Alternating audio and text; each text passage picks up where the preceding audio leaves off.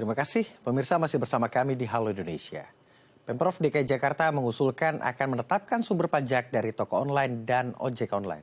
Kedua sumber pajak tersebut dinilai dapat meningkatkan pendapatan daerah.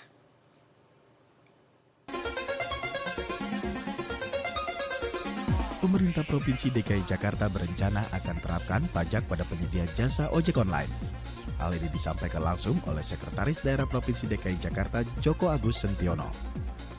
Ia juga mengungkapkan banyak potensi pajak daerah yang luput dari pengawasan Bapenda. Salah satunya pajak toko online serta pajak layanan transportasi online.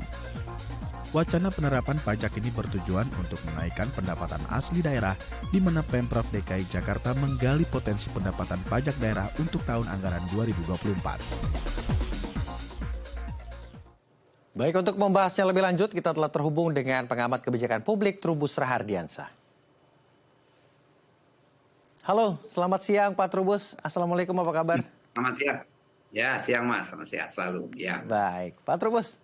Pemprov DKI mengusulkan, ini ada kebijakan baru begitu ya, terkait pajak yang akan diambil dari kegiatan ojek online dan juga toko online. Kalau menurut Pak Trubus, sebagai pengamat kebijakan publik, apakah ini sudah tepat? Iya, kalau dilihat untuk karena Jakarta ini sudah bukan lagi ibu kota ya, tentu hal ini perlu menambah pundi-pundi pendapatan daerah. Karena itu pajak merupakan salah satu di mana masih banyak sekali sebenarnya pajak-pajak yang bisa ditarik dari tidak hanya ojol atau all shop, tapi juga mungkin jalan tol juga bisa itu ditarik karena selama ini kan itu semua dikelola oleh pemerintah pusat. Ya, menurut saya memang ini yang harus didiskusikan adalah bagaimana agar undang-undang HKPD yaitu hubungan keuangan pusat dan daerah itu tidak bertabrakan karena banyak sekali sebenarnya masalah yang abu-abu ini sebenarnya sudah diatur. Nah, persoalan dengan ojol dan toko online ini, apakah ini sudah diatur? Saya rasa ini belum lah. Karena itu memang kalau misalnya sekedar untuk mendapatkan pendapatan daerah, memang ini perlu juga didiskusikan lah atau diatur secara rigid gitu sehingga pemerintah pusat dan pemerintah daerah itu jelas di mana pemerintah kewenangannya, pemerintah pusat seperti apa, pemerintah daerah seperti dalam hal penarikan pajak. Yang kedua, ini memang menjadi masalah karena sebenarnya tidak tepat juga. Karena apa? Karena ini akan membuat membebani para pengusaha di toko online maupun ojek online. Sementara memang selama ini istilahnya all shop dan ojol ini menampung sekali banyak tenaga kerja ya, khawatir kita. Nah itu nanti mereka dengan adanya pajak itu berat kemudian secara tidak langsung melalui melakukan pengurangan terhadap karya-karya yang ada. Dan ini kan masalahnya tidak hanya di Jakarta ojol dan all shop ini ya, tapi juga di daerah lain. Sementara daerah lain belum menerapkan. Kalau Jakarta menerapkan tersendiri misalnya lah ini apakah nanti menimbulkan semacam perilaku diskriminatif ya. Jadi karena Jakarta ini tidak ansis Jakarta tapi di wilayah penyangga itu tetangga kita juga ada 2 provinsi yang mungkin juga harus juga secara bersama-sama menerapkan gitu kalau memang itu mau diterapkan. Tetapi yang jelas ini memang dipertimbangkan dampaknya jangan sampai kemudian nanti para pelaku usaha di bidang all shop maupun ojol ini istilahnya kabur gitu loh Mas. Kita tahu Pak Trubus, kemajuan teknologi merubah pola perilaku masyarakat termasuk dalam menggunakan transportasi ataupun berbelanja. Tapi kan ini bukan lagi hal yang baru. Transportasi online ini sudah ada sejak 2010 dan makin berkembang usai 2015. Lalu mengapa pemerintah berpikir terkait pajaknya baru saat ini? Apakah ada kepentingan khusus yang dilihat dari pemerintah sehingga ini sudah pantas diterapkan pajak?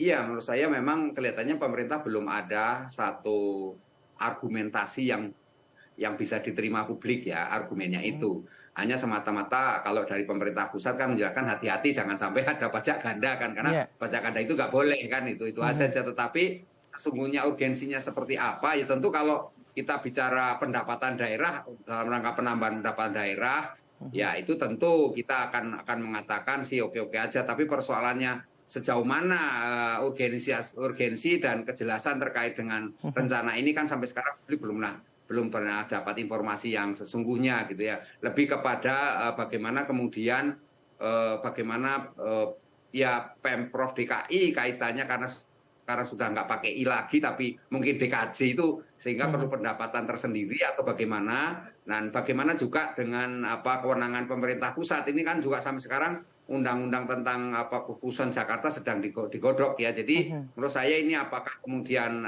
ojol dan all-shop ini bagian yang harus diambil pajaknya. Sementara di Undang-Undang Ciptaker ya Undang-Undang nomor 2 itu juga memang persoalan ini kan sebenarnya sudah clear karena itu sudah bagian dari tanggung jawabnya di mana mereka sudah dikenai pajak, istilahnya seperti itu. Karena kan persoalannya jangan sampai kemudian kalau misalnya antar layanan antar untuk food misalnya makanan ya, jangan sampai restorannya itu ternyata sudah kena pajak, nanti ini kena pajak lagi. Nah, itu kan jadi yang berbahaya seperti itu, nanti masyarakat jadi rugikan. Saya rasa ini memang perlu dipertimbangkan dengan masa, jangan sampai kemudian Jakarta seolah-olah memberlakukan ini hanya semata-mata untuk mendapatkan pendapatan daerah gitu, tetapi kurang memperhatikan bagaimana sisi publiknya, artinya masyarakat yang dirugikan dengan ada pajak ini gitu, Mas.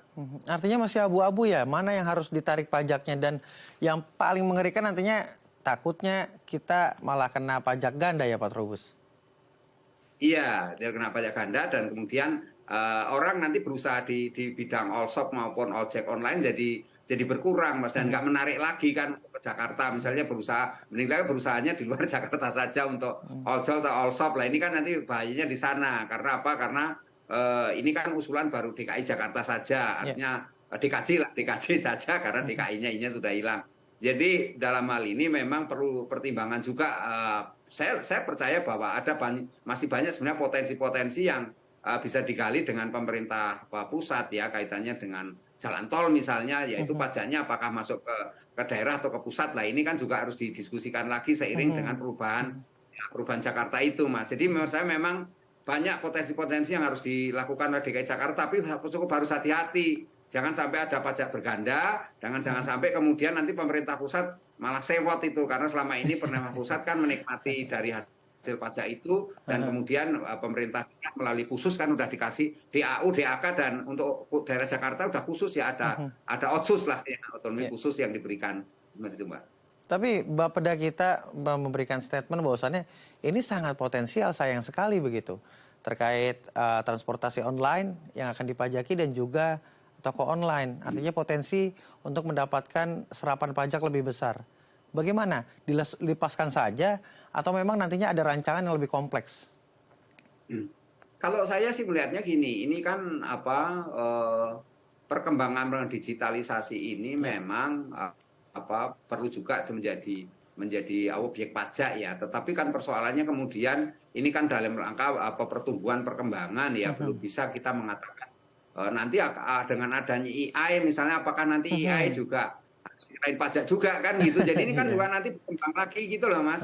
Jadi menurut saya ini Pemprov DKI tentu niatnya ya baik dalam rangka untuk menciptakan keadilan, ada keselarasan lah paling tidak yang dilakukan itu. Tetapi jangan kemudian nanti publik itu yang dirugikan kan gitu. Jadi kalau nanti misalnya ada keengganan para pelaku usaha kemudian nggak mau lagi berusaha di DKI Jakarta, membuka all shop maupun ojol, ini kan jadi malah merugikan kita semua gitu loh, Mas. Jadi jangan, karena pajak ini kan sifatnya kan jangka panjang, Pak. Tidak hanya dalam arti jangka pendek, jangka menengah saja, tapi harus ada kesinambungan kan lah. Kesinambungan ini apakah nanti tidak membawa malah artinya pajak layanannya di mahal lagi gitu kan, kan banyak sekali dari pajak gitu. Sekarang ini kan banyak sekali pajak-pajak. Sementara di daerah lain itu sudah masih membebaskan gitu, Mas. Tidak ada pajak, daerah lain kan melakukan seperti itu. Nah, jangan sampai Jakarta malah sendirian menerapkan, tapi daerah lain malah membebaskan. Nah, ini nanti munculnya kan ini Indonesia, Mas. Indonesia ini kan satu kesatuan ya, tidak bisa kemudian kita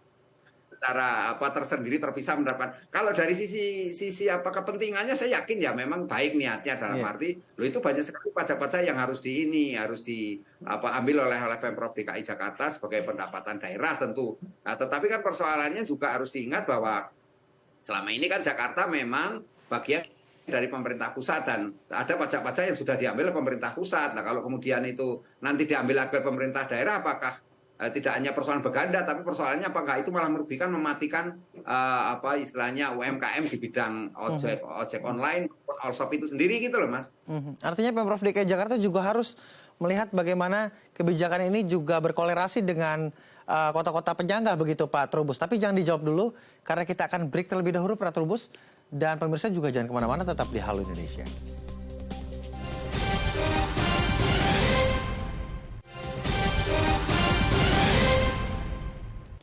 Terima kasih pemirsa masih bersama kami di Halo Indonesia. Kita masih bersama pengamat kebijakan publik Bapak Trubus Rahardiansyah. Pak Trubus melanjutkan yang tadi Pak Trubus. Artinya jika DKI sendiri, artinya kota penyangga ini tidak, apakah ada potensi kekacauan begitu?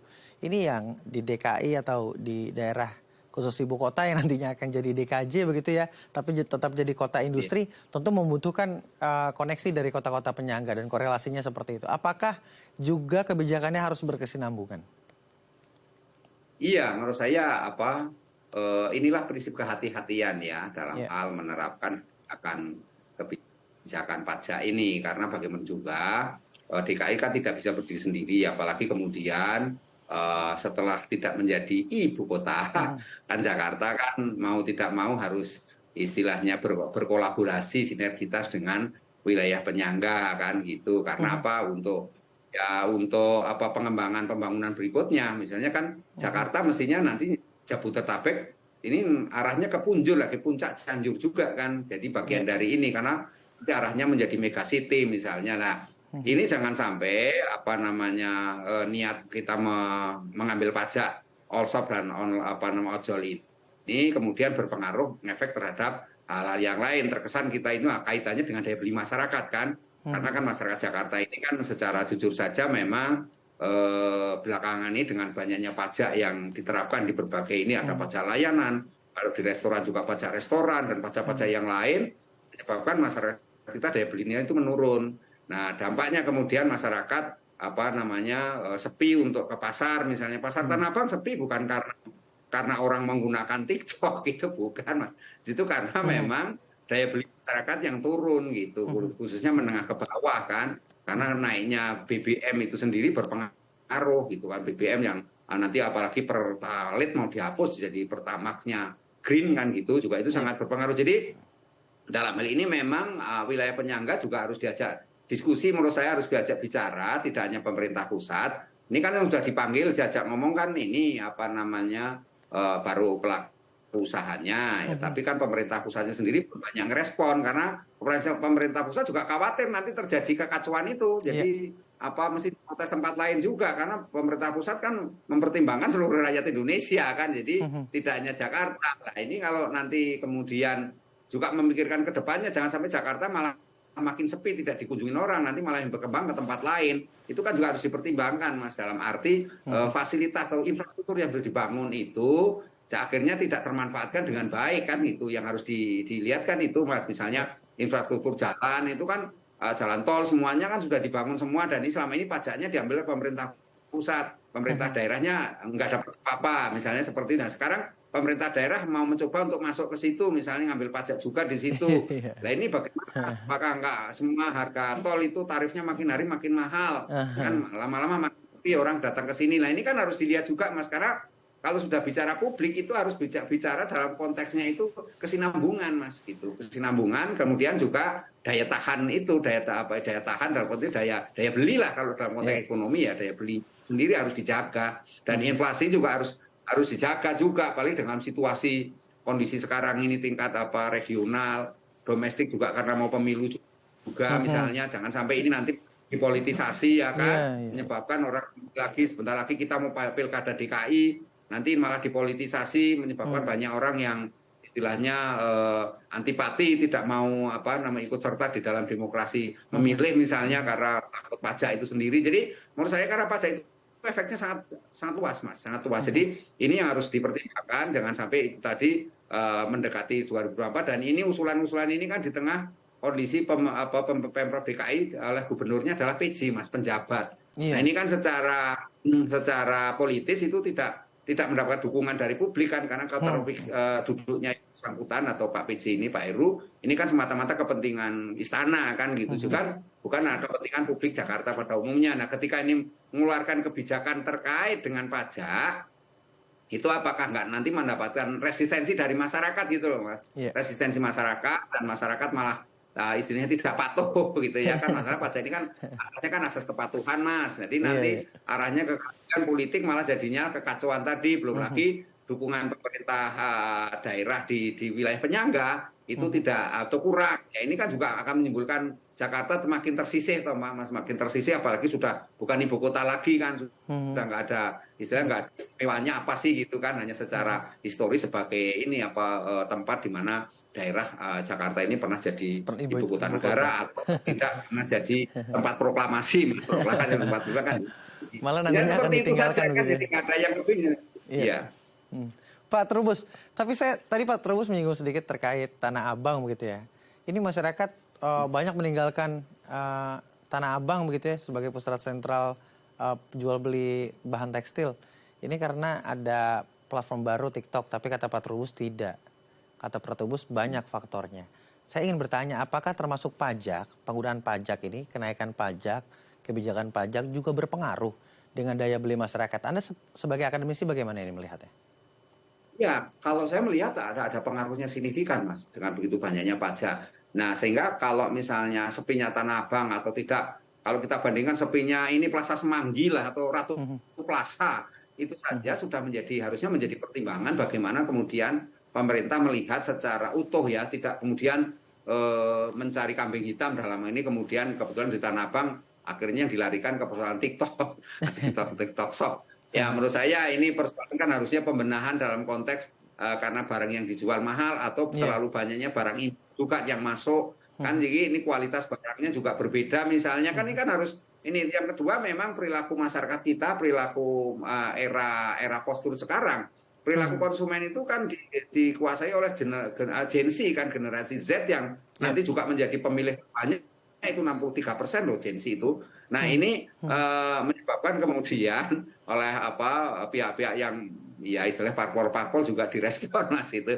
Nah kemudian juga pertimbangan di mana kemudian orang sudah tidak lagi membeli langsung ke tempat fisik. Kalau ke tempat fisiknya aja sudah harus parkirnya mahal, kemudian bensinnya juga mahal, sampai dia mending beli aja pakai sistem ini, sistem online kan gitu, e-commerce atau social commerce itu kan semuanya sudah tersedia gitu dengan barang produk yang sama. Nah ini kan juga harus lihat celah-celah itu, tapi jangan kemudian kita berpikir harus begitu e-commerce maupun social commerce itu dikasih pajak yang lebih tinggi. Ada yang pemikiran seperti itu juga, Mas. Itu dikasih pajak yang lebih tinggi. Lah ini kan kesan jadi seolah-olah mengambing hitamkan sesuatu yang menurut saya harusnya kita sendiri mengevaluasi beberapa hal yang terkait dengan pengenaan pajak, pengenaan sewa. Di Tanah Abang itu sewanya makin mahal, kemudian masyarakat ini keuntungannya kecil sekali, jadi akhirnya karena daya belinya juga turun karena masyarakat pajak-pajak itu banyak sekali sekarang, dan memang BBM juga naik terus. Ini yang menyebabkan juga masyarakat makin sulit.